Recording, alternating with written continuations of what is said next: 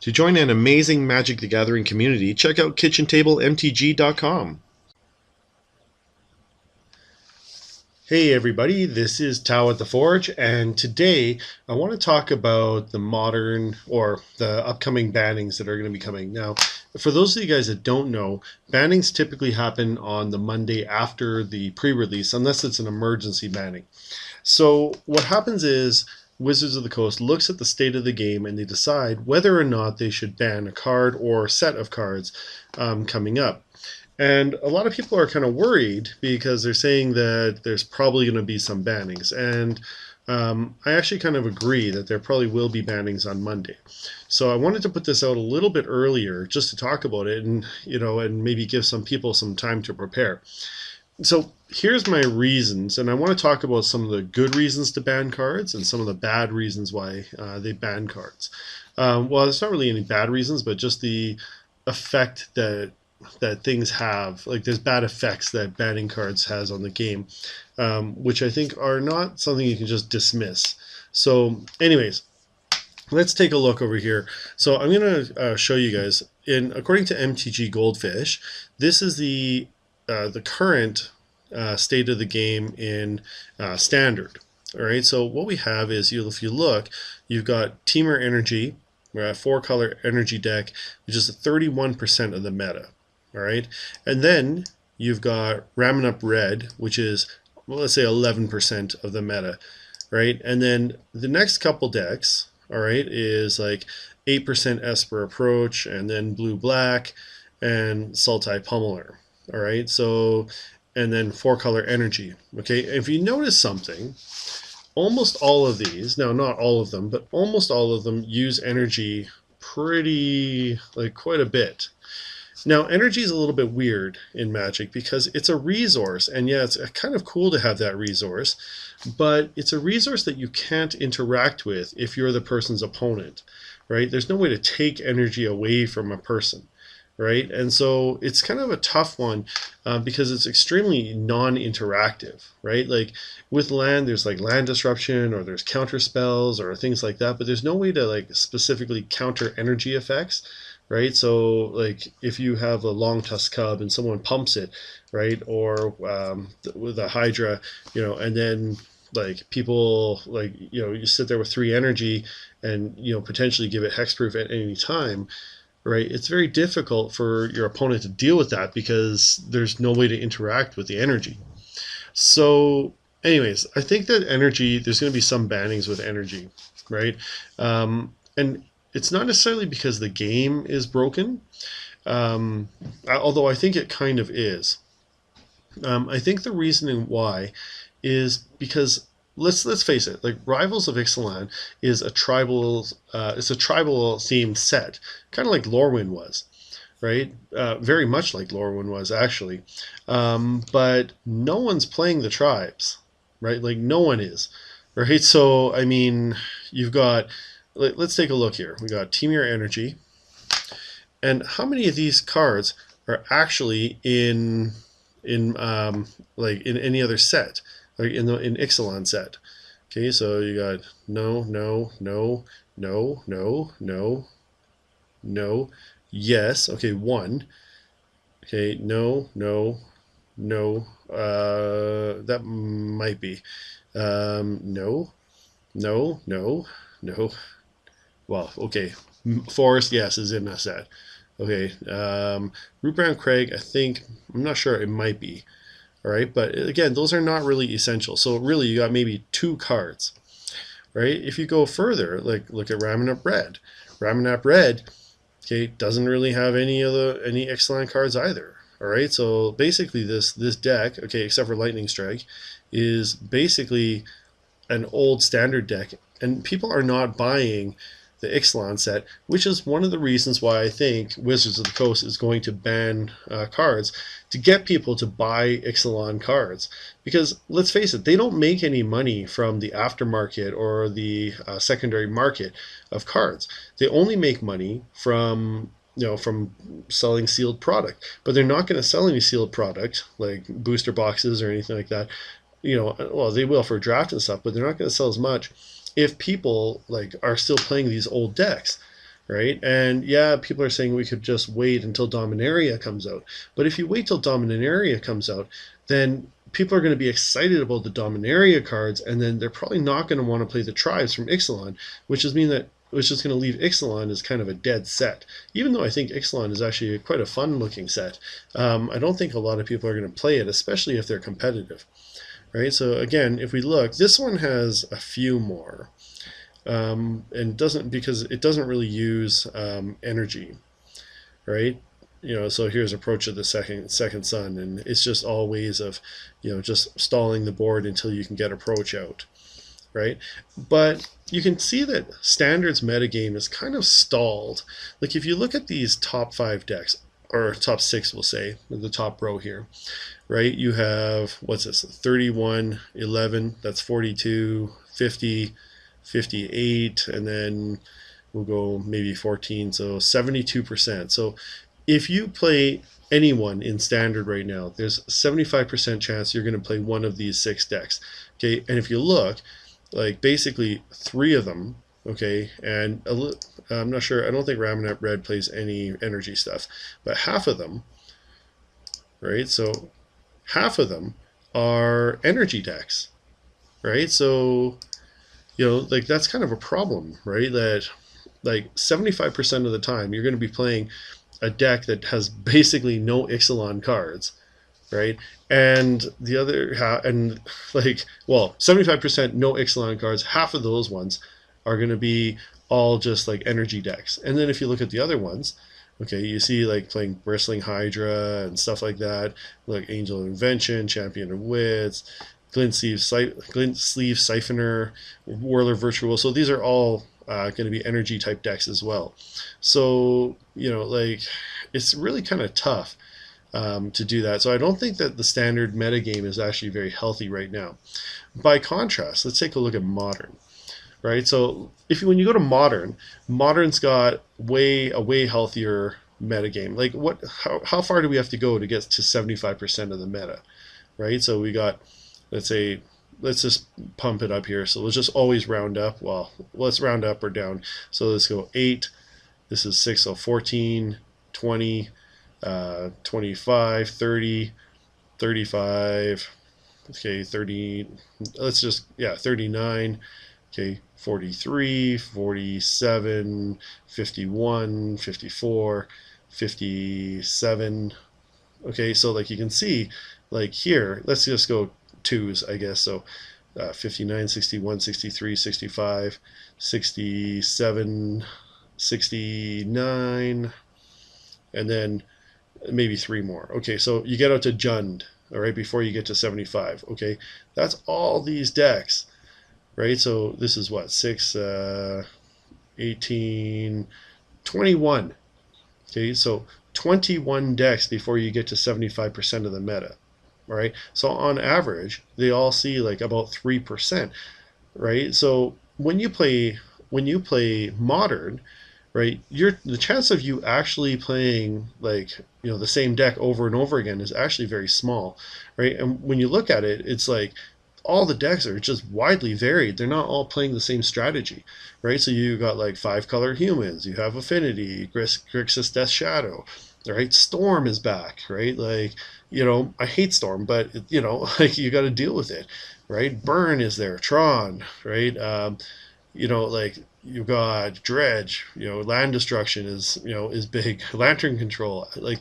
And one of my favorite decks is Jund, and it's only 1.6% of the meta now. So, like, you're looking at like playing an extremely wide variety of cards, right? And like this is actually good for the game because like it's hard for anybody to make a perfect deck, and you can't just go into a tournament or an event and just play like, oh, everyone's gonna be playing this, so I'm gonna build something around it and just try and beat half the people because I have an assassin deck for that, right? Or in this case, in energy, there is not really an assassin deck for it because there's no way to interact with energy, right? So I don't think Standard is very healthy. Right, so I think that there are going to be bannings, and if you are a Temur Energy player or a Ramanap Red player, you might want to look at maybe getting rid of some of those cards, right? But I mean, hard to say. You could offload those cards, and then Monday comes and there's no ban, and then you just lost a ton of money. So, hard to say, right? It's a risk. Now, there's a couple things I do want to say about it. So, in favor of bannings, right? Now, people generally don't like bannings, but in favor of bannings, there's a couple things. Is it prevents the format from being dominated by one or two decks, as standard is kind of right now, and kind of like modern was when Splinter Twin and stuff was there. Those decks like that were there. The other one was that I wrote here is it prevents people from playing very unfun decks, right? And so, a lot of decks are really are powerful, but they're not really fun because they're not interactive. Eggs comes to mind, right? So when you have someone like Eggs, and yeah, they can get a combo off, but it takes 20 minutes to finish the combo. It's not fun for the rest of the players, right? I would still make the person play it out. Like the story of the person going for pizza while the person's comboing off. That's brilliant. I would actually do that, like pull out a Sudoku, or maybe start a Pokemon game with someone else or something like that while that's happening. But like gets rid of unfun decks, and also keeps the format healthy by having a wide variety of decks. All right. Now, on the con side, it really hurts people's wallets. Right now, the buy-in for standard is still quite high. Like when you're looking at Teamer Energy here, it says $228. Okay, but when you look here, the number one decks, $305, $340, $308, and there's some that are in the 200 range, right? But many of them are 300 plus, right? So, it's tough for someone, who's in standard to spend $300 and then suddenly get their cards banned, and then their deck is just useless, right? And if you're looking, like, they can't really just switch it to something else, because all the other things are energy as well, and they might be affected too, right? So if you look at Sultai Pummeler, right, which is another energy deck, right, 182. This one's more reasonable, 79, right? So $100, but still, like, to lose $100 is quite difficult. 4-color energy, 269, right? And okay, there's not as much variation, so about 250 to 200 or $300 plus tax, right, to put this together. Still, even if you spend like $200, right, kind of on the low end, and you suddenly get your cards banned, people aren't going to like that because they put a lot of money into that deck, and it's not really respectful to them to kind of just ban their cards outright. Now, there's some people who would say that these people are just dirty net deckers, and they deserve what's coming to them, and in some ways, that's to be expected. Like, you got to expect, if you're playing this dominant deck and it's really, really dominating the format, then you got to expect that there could be bans, right? But on the other hand, like, there could be someone who's just getting into the game and they just really like that, and it's hard to. It's a hard pill to swallow. It actually happened to me when I was like, you know what, I'm going to go all in on my first modern, like a serious modern deck, and I built the Splinter Twin deck. Not because I just wanted to win, it just looked interesting, right? And then all of it was like literally like 2 weeks later that it got banned, and I was just like, oh, it was just awful. Now, the good thing about Splinter Twin was that a lot of the pieces could be ported over to other decks, so it wasn't a total loss, but still, it did hurt. It did hurt a lot, right? Okay, the other thing is that banning cards a lot or aggressively could force people from the game, right? So I think Wizards needs to be careful of this, because when you keep banning cards, okay, especially if like they had earlier with a lot of these emergency bannings, is like you're letting someone get cards, and then you kind of change the meta, and you might take out like 4-color energy and Teamer energy and stuff like that, but then you don't know necessarily what's going to happen. So let's say, for instance, you have someone who, like, they had Teamer energy, so they spent, like, let's say even on the low end, $225 for that, right? And then they got banned, their cards banned, so they're like, oh, okay, well, fine, I'll go play Ramanap Red, right? Or I'll play something else. Then they put money into like something else.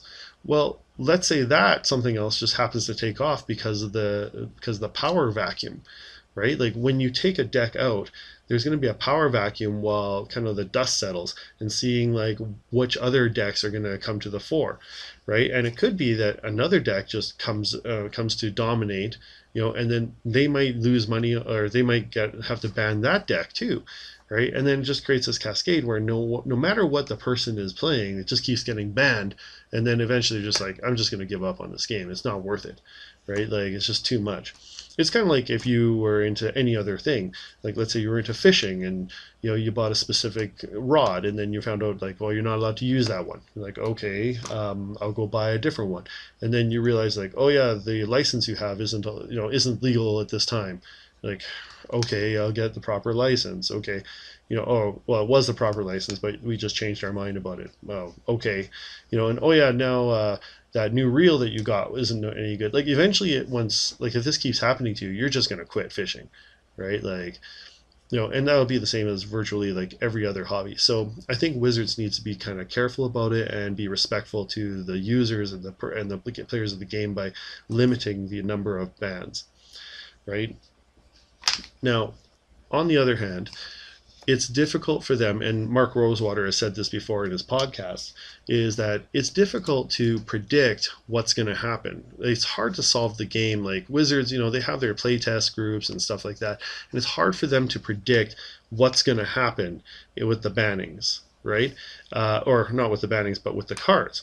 It's hard for them to know like what's going to happen, right? And because they can't solve the game, right? But when you put it out to like say 10 million players or even 2 million players, they're going to solve it fairly quickly, right? And so like once it gets solved, right, then they know, and they're like, oh crap, I didn't expect that. Especially in some formats like Modern, where you can't really predict where it's going to go, because like the cards that they're building right now are only meant to interact with the other cards in Standard. They're not meant to interact with every other card made in Magic, right? Or like that goes for Legacy, I suppose.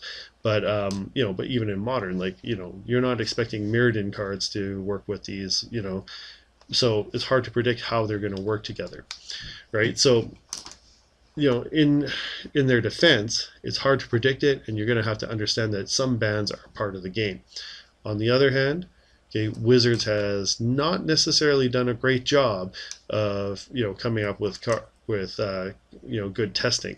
Like that Saheeli Rai Felidar Guardian combo was very, very noticeable, right? They should have picked that up, right? And that's kind of inexcusable for something that obvious, especially since they just banned Splinter Twin like so recently before that, and then they basically put out another one. So anyways, those are my thoughts on banning. I overall think it's probably good for the game. Oh, I should mention one thing is, this is my own opinion only, is that when you purchase cards, that you shouldn't be purchasing them as an investment. All right. Now, if you want to invest money, then go buy Lego sets or something like that and just put them on their shelf in their box and sell them like years and years after, and they'll probably be worth more. Or actually go into mutual funds, right? Or something like that. Investing in Magic cards as a source of income, I think, is very, very risky and kind of tough, right? Because you're investing in a market where things happen that you can't really predict, right? Well, and that's the same as a lot of markets, but it's really unstable. And it's, I really question how many people make tons and tons of money, just off of, investing in Magic cards. Now, yes, some shops, online shops and stuff like that can do that, but these guys have a lot of money and they're investing in large scale, right? Like, yeah, it's possible you could have bought like Devoted Druids at like a quarter each or something like that, and, if you had purchased like 2,000 of them, right, and now they're worth like, like I don't even know how much they're worth, but let's say they go up to $2, right? Well, you spent 2,000, you bought 2,000 of them, and you quadrupled or 8 times your money.